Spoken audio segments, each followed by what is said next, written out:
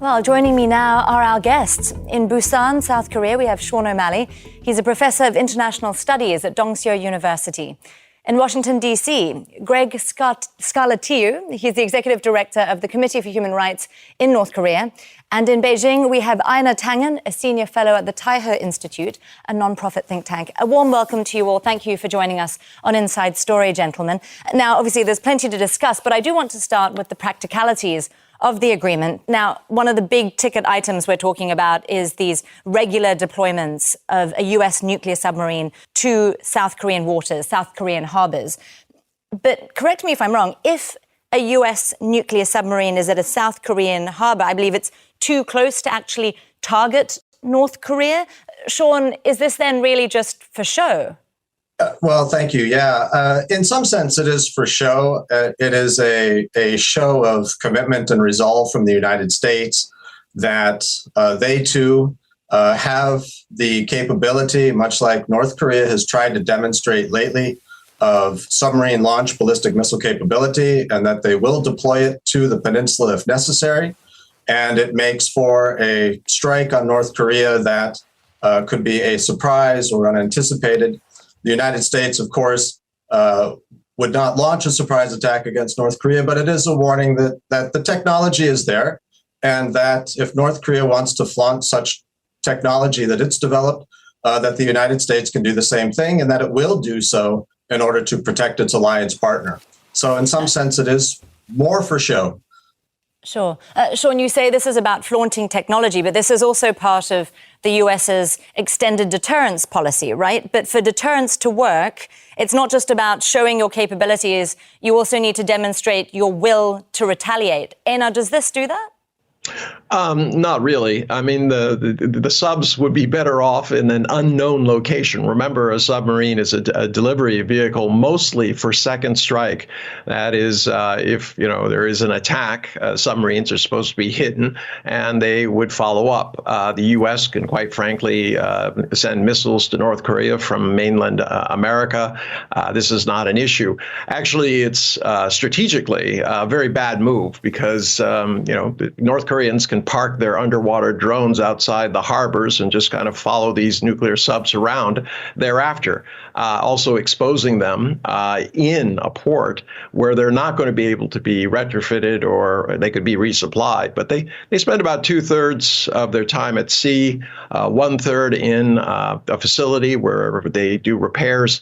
It is purely for show, but definitely I don't think the Pentagon's going to be very happy. Greg, I know you want to jump in here. How is this going over in North Korea, do you think? According to a 2021 study by the RAND Corporation, North Korea will be in possession of 200 nukes by the year 2027, which is comparable to the UK or French nuclear arsenal, about half of China's by that time. We have seen that the South Korean public has grown increasingly worried about North Korea's nuclear program. North Korea is a black hole on the map of Northeast Asia. South Korea is the world's 10th largest economy. According to a study by the Asan Institute, 53% of South Koreans are in favor of developing a domestic deterrent. Well, that would be a really tough proposition. South Korea would have to pull out of the Non-Proliferation Treaty. South Korea is all about the economy, all about Samsung, LG, and the successful companies. South Korea would come under sanctions. So, of course, this is an emotional reaction on the upside. South Koreans are very interested in taking charge of their own national defense, which is great. But this recent move of docking U.S. nuclear submarines in South Korean ports is more than just a show. It reinforces the belief, confidence in extended deterrence based on a rock-solid U.S.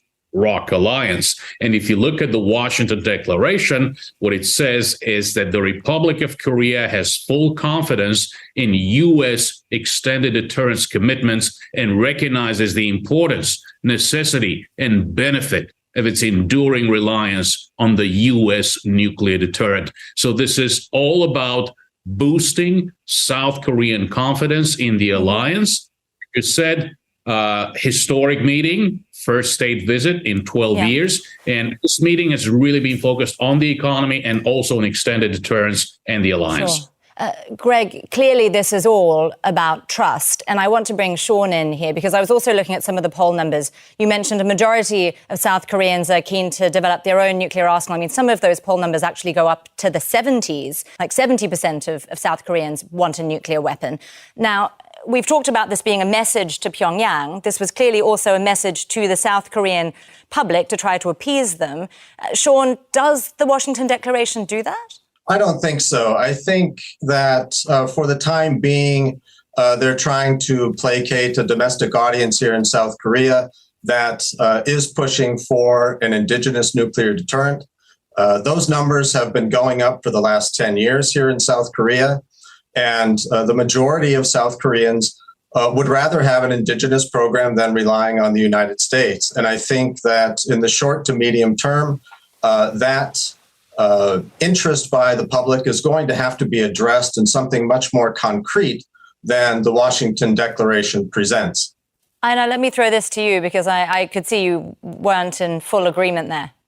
No, I think his comments are good, but the previous, our man in Washington, I understand those are the talk points of the State Department, but quite frankly, let's address the elephant in the room.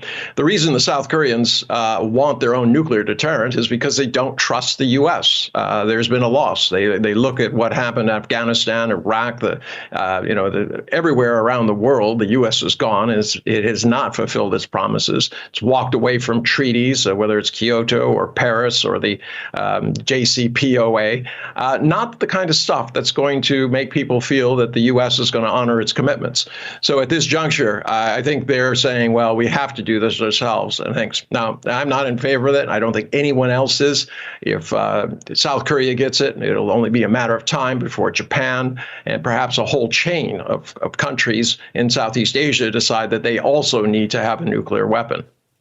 So we're talking about a potential arms race. Before we go down that path of conversation, I want to just focus a little here on South Korea for a moment, because watching President Yoon sing American Pie there, I mean, it really seemed like a full-throated embrace of America, even after the recent revelations that the US has been spying on some of its allies. We thought that might be awkward, but they seem to have moved on from that in the relationship. Is there the political appetite, do you think, in South Korea to try to start an indigenous program within the leadership I'm talking about here? Greg, what do you think? I think that those interviewed for those surveys need to put in serious thought and realize what the consequences would be.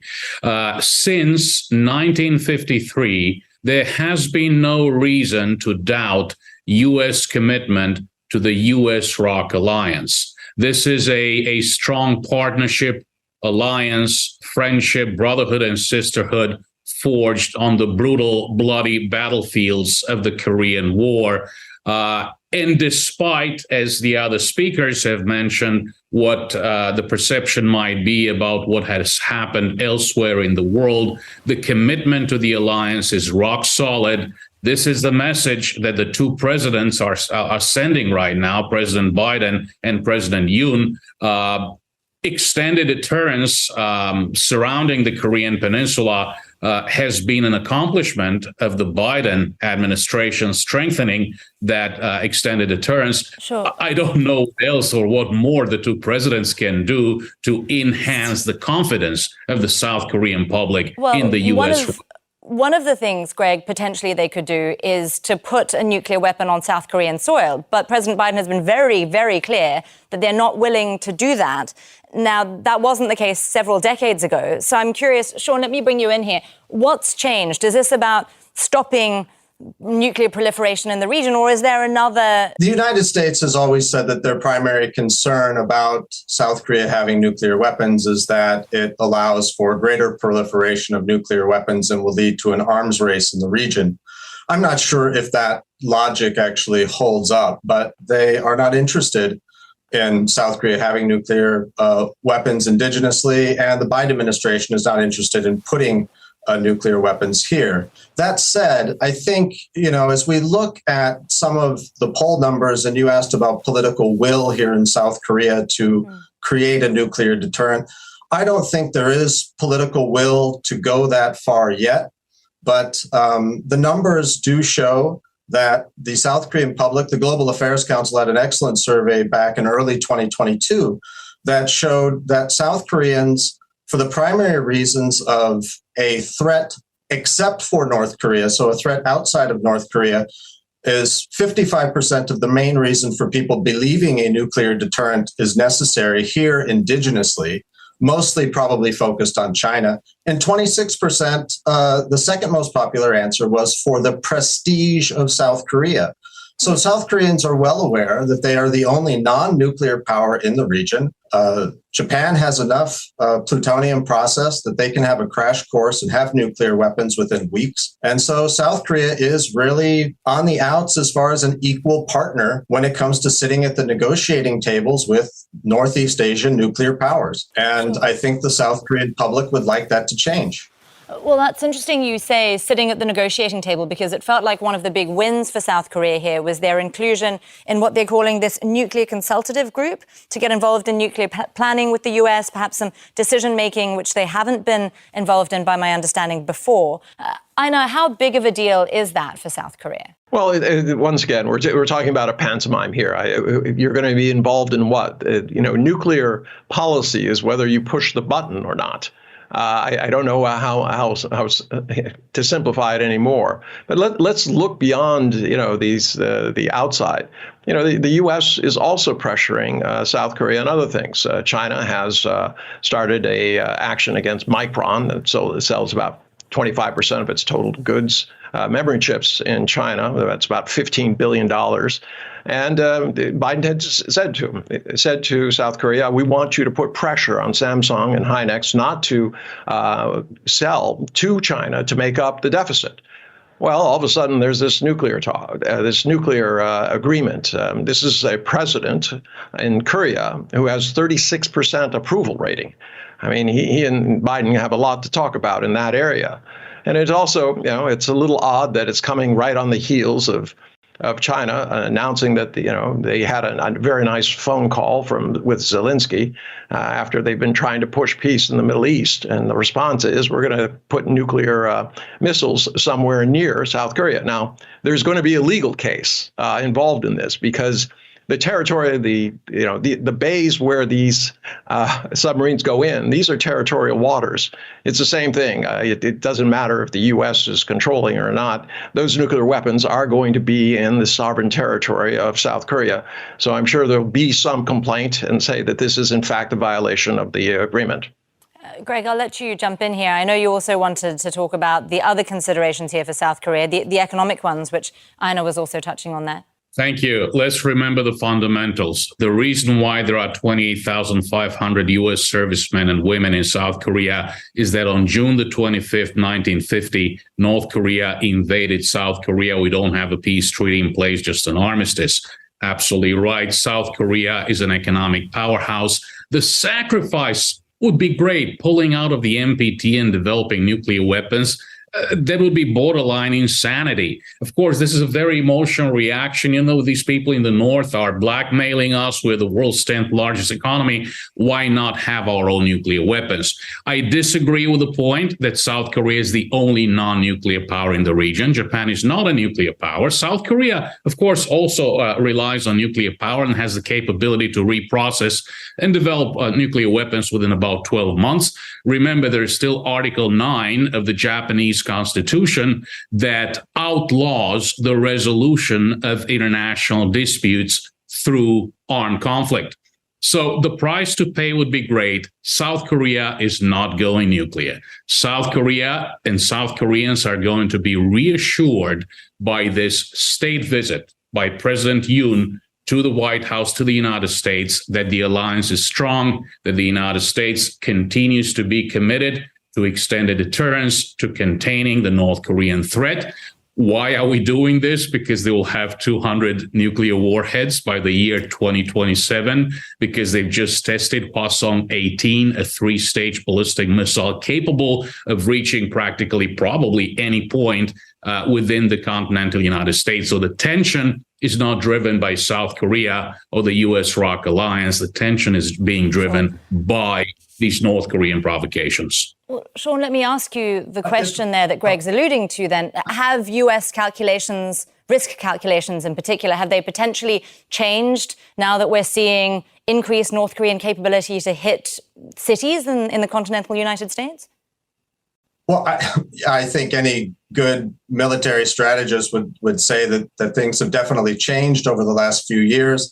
The military first policy in North Korea has seen a number of successes over the past couple of years, including cruise missile technology, tests of submarine launch-based missiles, a recently solid fuel rocket launch. So they're moving ahead and they're evolving, and the United States is going to have to evolve with it. So is South Korea. I would like to piggyback on what was just said, however, and say that although South Korea may not get an indigenous nuclear capability and they don't have the will for it, the United States right now currently enjoys an approval rating of about 90% here in South Korea. And China has a negative approval of about 80% as far as friendly countries towards South Korea. And the South Korean population within that perspective politically it's a very polarized environment right now. So already the opposition party, the Democratic Party, is attacking President Yoon, that this summit has been a failure and it's a blow to national interest and a blow to national security.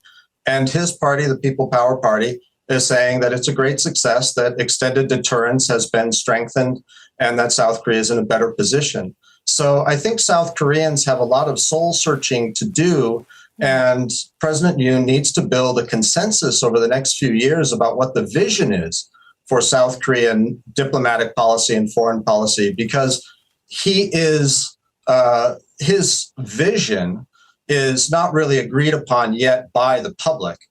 This drawing closer to the United States and seemingly pushing away from China and Russia, although he has not said that himself, that he wants to push away. I feel like this is a good time to look more specifically at the Chinese reaction to all of this. Obviously, Beijing doesn't seem particularly pleased. I want to quote from the Foreign Ministry: "What the US is doing provokes confrontation between camps, undermines the nuclear non-proliferation regime and the strategic interests of other countries." But it does feel like there's a bit of a paradox here, because this whole policy that the US has of extended deterrence means that China is essentially the only country other than North Korea with an active nuclear program in the region. Surely, I know that's not gone unnoticed in Beijing. Oh, yes, of course. But I mean, right now, as we discussed early on, it doesn't matter where these nuclear arms are. They can be fired from anywhere, from the continental U.S., from Navy ships, airplanes, and submarines. So this issue that bringing them closer is an issue for China I don't think it's correct. But as I said, there's a very stark difference.